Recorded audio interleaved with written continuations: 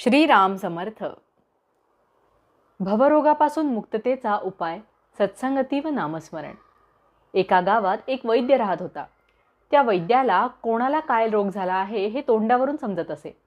त्याने एक दिवस एका मनुष्याला आपल्या घरावरून जाताना पाहिले आणि त्याला आत बोलावले.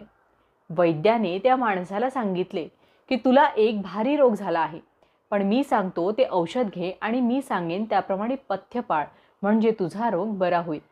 वैद्याने सांगितलेले औषध आणि पथ्य त्या मनुष्याने पाळले नसते तर त्यात त्या वैद्याचे काही नुकसान होते का? त्याप्रमाणेच संत लोक जे आपल्याला करायला सांगतात त्यात त्यांना स्वतःला काही मिळवायचे असते का? आपल्याला गुरु सांगत असतात, त्यांचे ऐकल्याने आपलाच फायदा होत असतो. ते आपल्याला भवरोग झाला आहे असे सांगतात आणि त्याकरिता संत संग करा आणि नामात राहा म्हणून सांगत असतात. ते जे सांगतात ते स्वतः अनुभव घेऊनच सांगत असतात. औषध सोपे असले म्हणून त्यात गुण नाही असे म्हणून कसे चालेल? तुकारामांनी आपल्या उपासनेची शपथ घेऊन सांगितले आहे की नामस्मरणासारखे सोपे साधन नाही. तुमच्या हल्लीच्या साधूंवर विश्वास नसला तरी समर्थ आणि तुकाराम यांनी सांगितले त्यावर तरी विश्वास ठेवायला काय हरकत आहे? त्यांनी तुमच्या कल्याणाकरिताच ते साधन सांगितले आहे.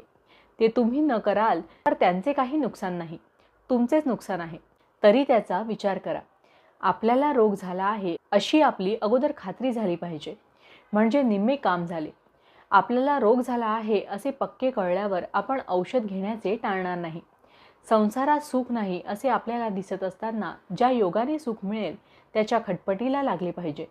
त्याकरिता होईल तितके नामात राहण्याचा प्रयत्न करा, म्हणजे तुम्हाला खरे समाधान मिळेल.